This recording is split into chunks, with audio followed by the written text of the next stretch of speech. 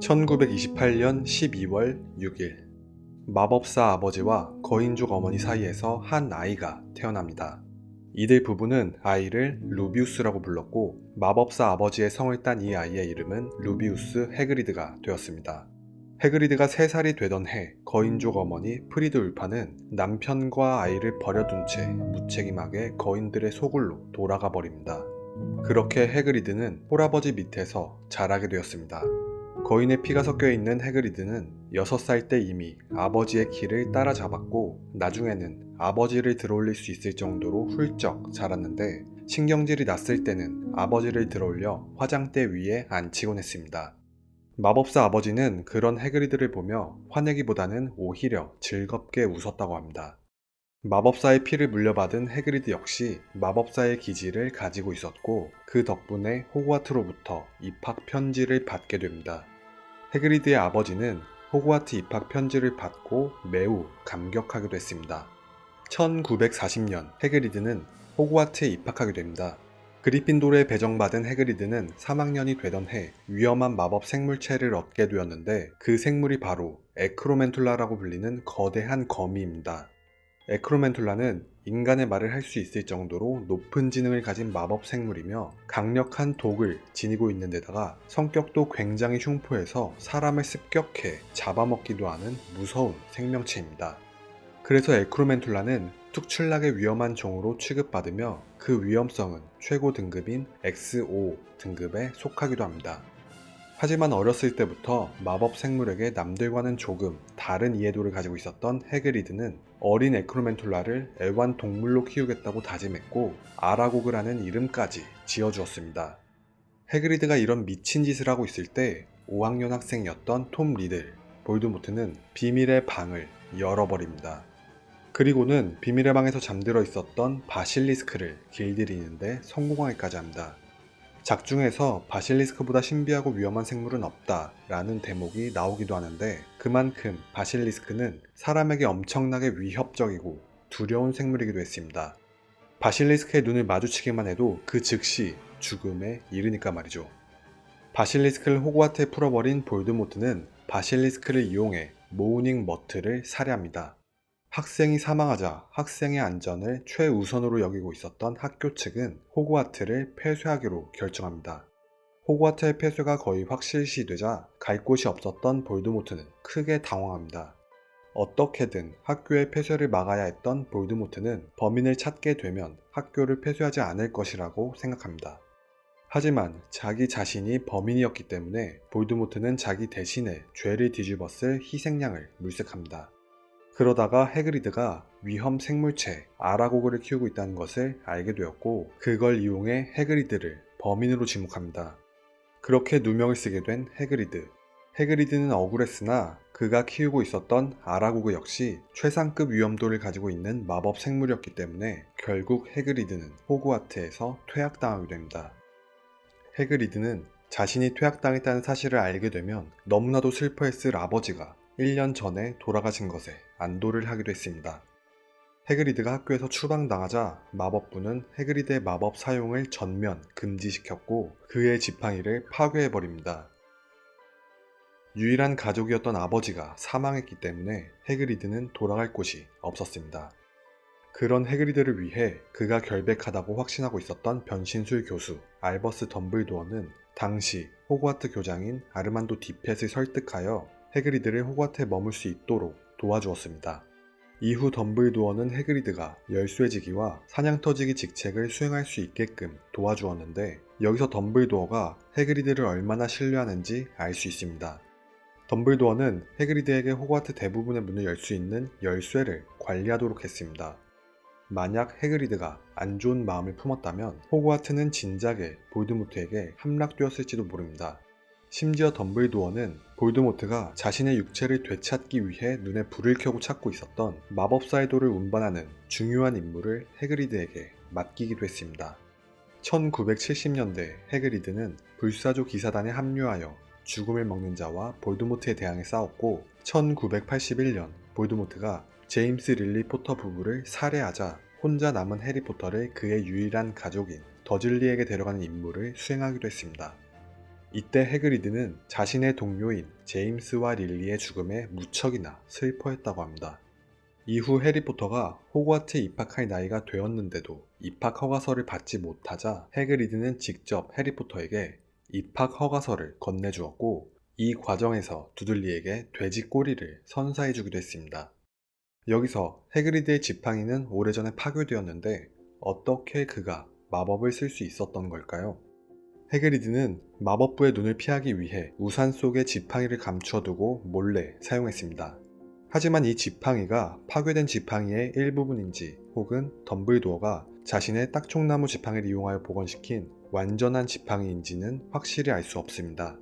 다만 부러진 론의 지팡이가 제대로 된 성능을 발휘하지 못했던 것을 생각해보면 완전히 복원된 지팡이일 확률이 조금 더 높을 것입니다. 해그리드 역시 위험한 임무를 수행하는 불사조 기사단이니까 말이죠. 어렸을 때부터 마법 생물을 너무나도 좋아했던 해그리드는 용을 키우는 것이 일생의 소원이었습니다. 그러다가 우연히 술집에서 희귀한 용의 알을 가진 한 남자를 만나게 됩니다. 이 남자는 용의 알을 건네줄 테니 당신이 알고 있는 머리가 3개 달린 개 플러피의 정보를 알려달라고 합니다. 술에 취한 데다가 일생의 소원인 용의 알까지 눈앞에 있으니 정신이 혼미해져 버린 해그리드는 플러피의 약점 등 모든 정보를 그 남자에게 알려주고 용의 알을 얻어옵니다. 알에서 부화한 용의 이름을 노버트로 지은 해그리드는 너무나도 좋아합니다. 그러나 용 역시 최상급 위험도를 가진 마법 생물. 그럼에도 불구하고 해그리드는 용을 끝까지 키우려고 합니다. 하지만 해리포터 3인방이 그를 끈질기게 설득했고 결국 해그리드는 노버트를 용 보호소에 데려다 줍니다. 볼드모트는 해그리드에게 얻은 정보를 이용하여 마법사의 돌을 훔치기 위한 계획을 짰고 그걸 실행에 옮깁니다. 하지만 해리포터가 주인공 버프를 받아 볼드모트를 저지하는 데 성공하죠. 이 이야기를 들은 해그리드는 자신이 건네준 정보 때문에 볼드모트가 마법사의 돌을 거의 훔칠 뻔했다는 사실을 알게 되었고 심한 자책감에 빠져 무척이나 괴로워합니다. 이후 해그리드는 자신의 실수를 잘 만회해준 해리포터에게 보답하기 위해 해리포터의 부모님 사진을 모아 앨범으로 만들어주기도 했습니다. 해리포터가 2학년이 되던 해, 예전에 열렸던 비밀의 방이 또다시 열리는 사고가 발생합니다.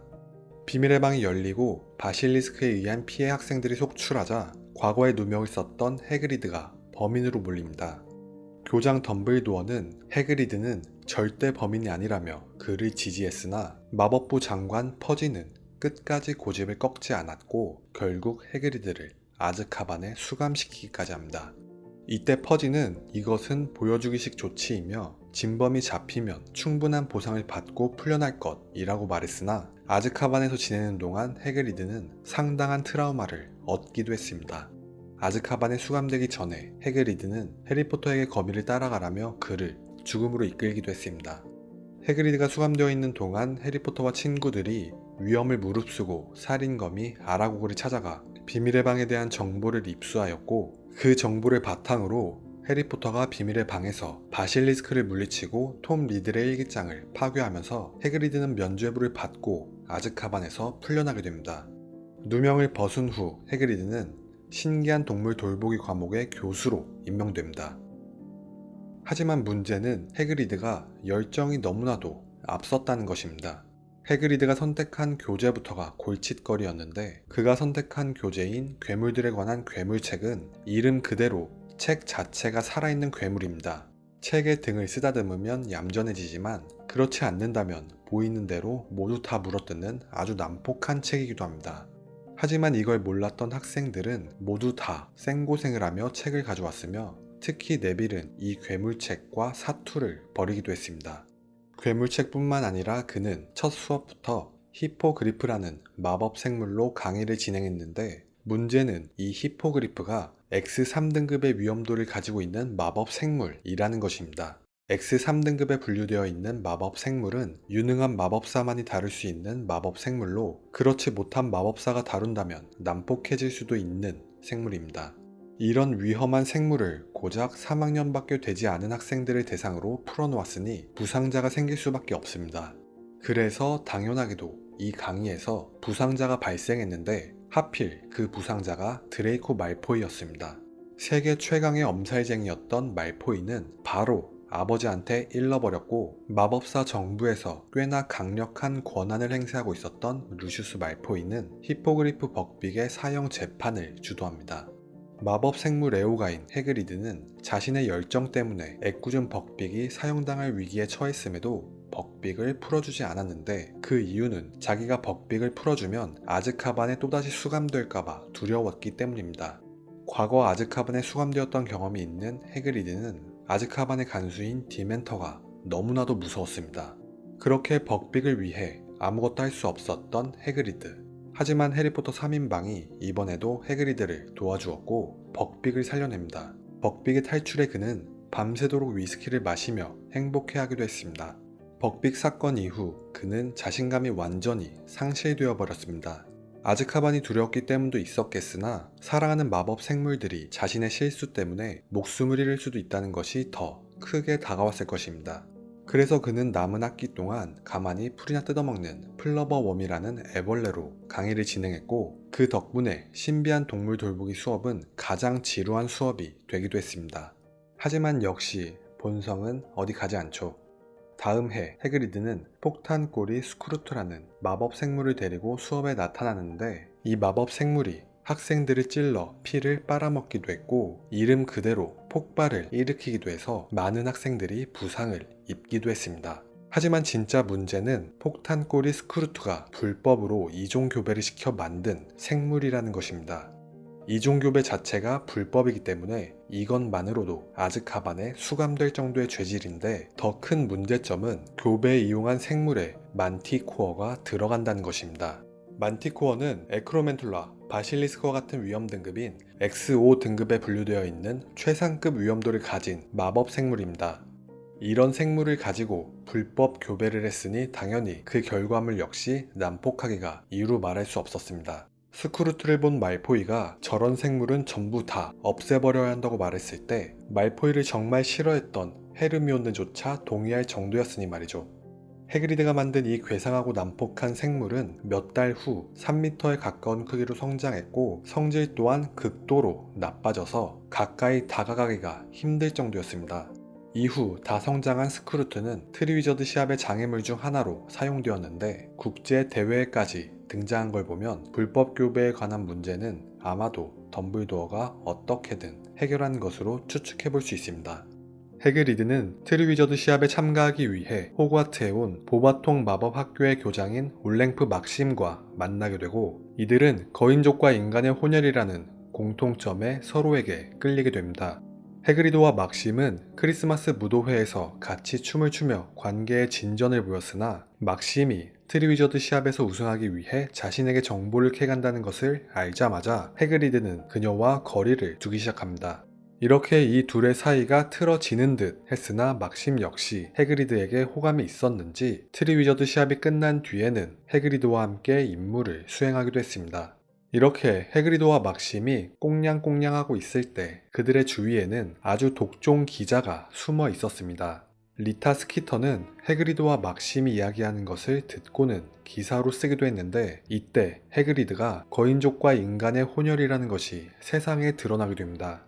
리타 스키터는 자신의 기사에 해그리드의 어머니 프리드 울파를 볼드모트의 편에 서서 마법사들을 학살한 아주 잔인한 거인으로 묘사했는데 이 때문에 해그리드는 스스로 교수직에서 물러나기도 했습니다.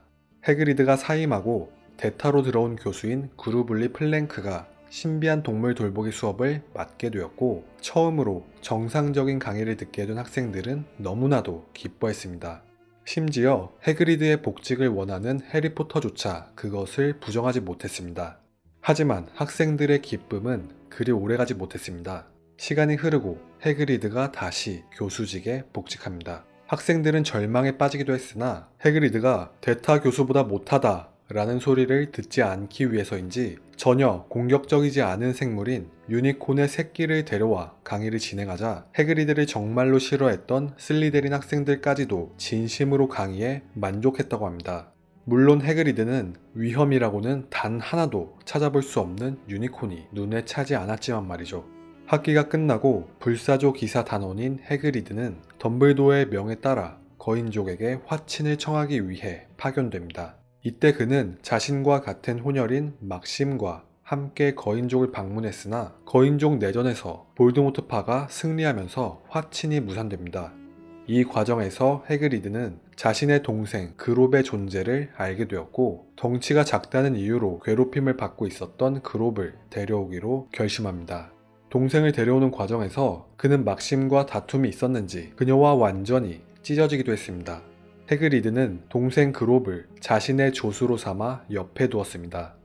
하지만 NEWT 레벨의 신비한 동물 돌보기 강의를 듣는 학생은 단 한 명도 없었습니다. 심지어 해리포터 삼총사마저 수업을 듣지 않았는데 이걸 보면 해그리드의 강의 방식이 무척이나 잘못되어 있다는 것을 알 수 있습니다. 물론 해그리드는 학생들이 자신을 싫어한다고 오해하고 있었지만 말이죠. 삼총사까지 자신의 강의를 듣지 않자 그는 완전히 삐져버리기도 했는데 이걸 풀기 위해 해리포터와 친구들이 꽤나 고생을 하기도 했습니다.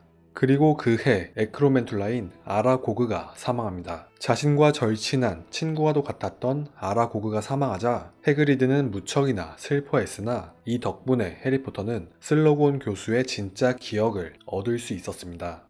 이 기억을 바탕으로 해리포터와 덤블도어는 볼드모트의 호크룩스를 찾아낼 수 있었지만 덤블도어가 스네이프에 의해 사망합니다. 덤블도어가 사망하고 자신의 집까지 불타버린 해그리드는 갈 곳이 없어졌습니다. 하지만 교장으로 새로 취임한 스네이프가 구금된 학생들을 담당하는 역할을 해그리드에게 주었고 그는 다시 호그와트로 돌아올 수 있게 되었습니다. 당연히 구금된 학생들은 죽음을 먹는 자들의 감시를 받는 것보다는 해그리드와 함께 있는 것이 훨씬 안전했습니다. 해그리드는 자신의 오두막에서 해리포터를 지지하기 위한 모임을 만들려고 했으나 발각당하고 동생인 그롭과 함께 호그와트를 떠나 도피 생활을 하게 됩니다. 그러다가 호그와트 전투가 발생하자 동생과 함께 호그와트로 돌아와 죽음을 먹는 자에게 대항해 싸웠습니다. 전투에서 아라고그의 자손인 에크로멘툴라들이 호그와트 측과 볼드모트 측을 함께 공격하자 당황한 양측은 모두 에크로멘툴라를 공격했습니다. 이때 해그리드는 에크로멘툴라를 보호하려다가 죽음을 먹는 자에게 포로로 붙잡혀버리기도 했습니다.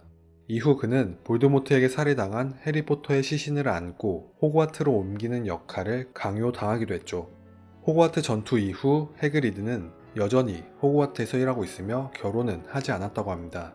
이에 대해 독자들이 작가에게 어째서 결혼하지 않았냐며 따지기도 했으나 작가는 되려 해그리드를 안 죽인 게 어디냐며 큰 소리치기도 했으며 해그리드를 오로지 해리포터를 옮기는 장면 단 하나만을 위해 죽이지 않았다 라고 말하기도 했습니다. 그래서인지 해리포터의 시작은 해그리드의 품 안이었으며 그 마지막 역시 해그리드의 품 안이었습니다.